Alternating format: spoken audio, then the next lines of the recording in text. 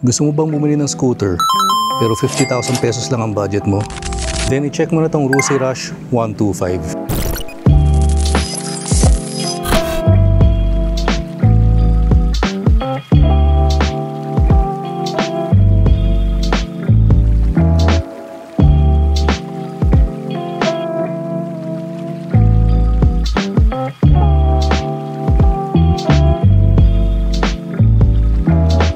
So tara, samahan nyo ako.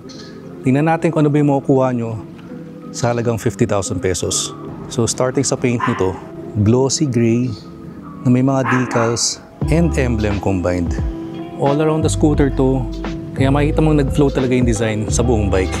Ang nagustuhan ko dito guys, may mga carbon fiber accents din. Ito yung sa likod na part, ito naman yung sa harapan.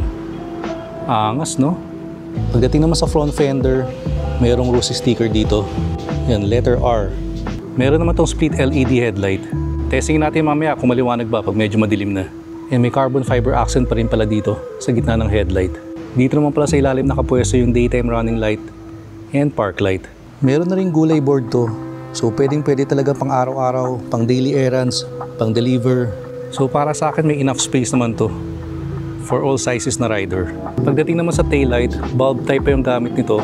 Pero ang kagandahan dito guys, wala ka na makikitang signal light. Integrated na yan dito, kaya wala na nakausli. Sa pang magandang detail is meron ding air ventilation dito. So pwedeng pumasok yung hangin dito papuntang makina. Pagdating pala guys sa makina, carb type to with air-cooled system.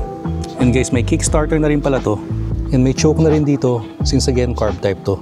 Pagdating pala sa footprint nitong scooter na to, talagang napakanipis nito.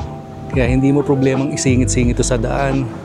I-filter sa traffic, and sa gulong naman 70-90-14 ang size ng front tire nito and 80-90-14 naman yung size ng rear tire.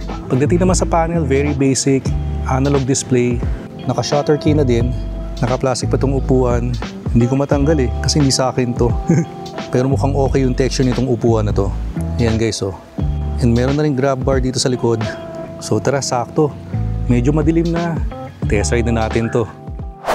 Alright, so tara guys, test ride time. So okay naman yung panel kahit analog. Bumagay naman, looks classic. Sa pala napansin ko dito is hindi automatic yung headlight. Wala pang i-on dito.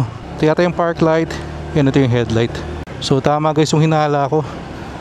Napakaliwanag nga nito. So guys, tingnan nyo, napakadilim sa road na to. Walang street lights.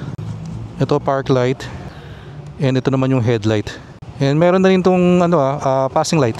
Ayun oh. So okay, di ba? So tama yung suspecha ko na napakaliwanag ng ilaw nito. Pag hinay ko naman, ayun oh. Talagang mas lumiwanag. So ito guys yung itsura pag nakapatay yung headlight. Then i-park light natin.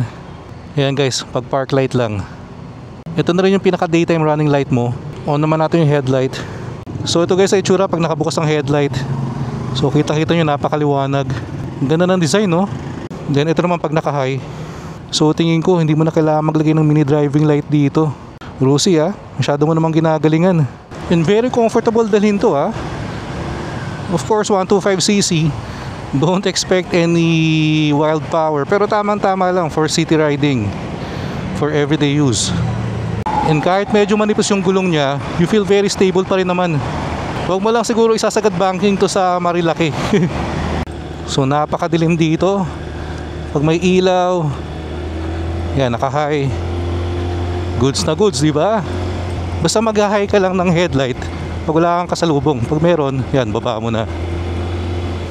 Pero kahit normal headlight, ang lakas Kaya sabi ko nga, feeling ko hindi mo na kailangan maglagay ng mini driving light dito.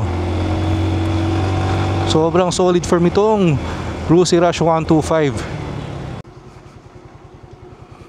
So sa mga naghahanap ng budget na scooter, marirecommend ko ba tong Rusi Rush 125? For me, oo. And again, for its price na wala pang 50,000 pesos, sulit na to kung naghahanap ka ng daily ride na pang point A to point B. Pwedeng pang kabuhayan. Kaya ang verdict ko dito, para sa akin, goods na goods tong Rusi Rush 125. So salamat sa mga sumama sa review natin today. Sa mga hindi pa nakasubscribe, please click the subscribe button below. And like and share the video. And kita-kits tayo sa next one. Ingat kayo lahat palagi. Always ride safe. Peace out.